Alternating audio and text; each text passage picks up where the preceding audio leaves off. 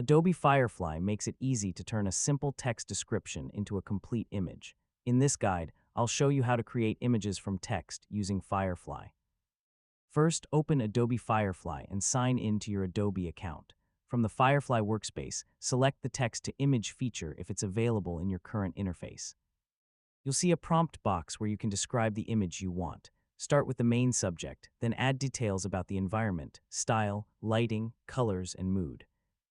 For example, type a modern glass house surrounded by tropical plants, beside the ocean at sunset, realistic photography.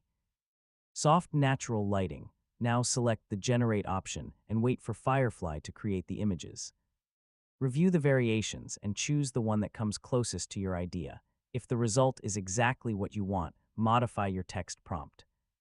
You can add more details, remove unwanted descriptions, or change the visual style.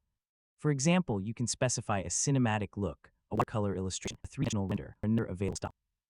You can also adjust settings such as aspect ratio,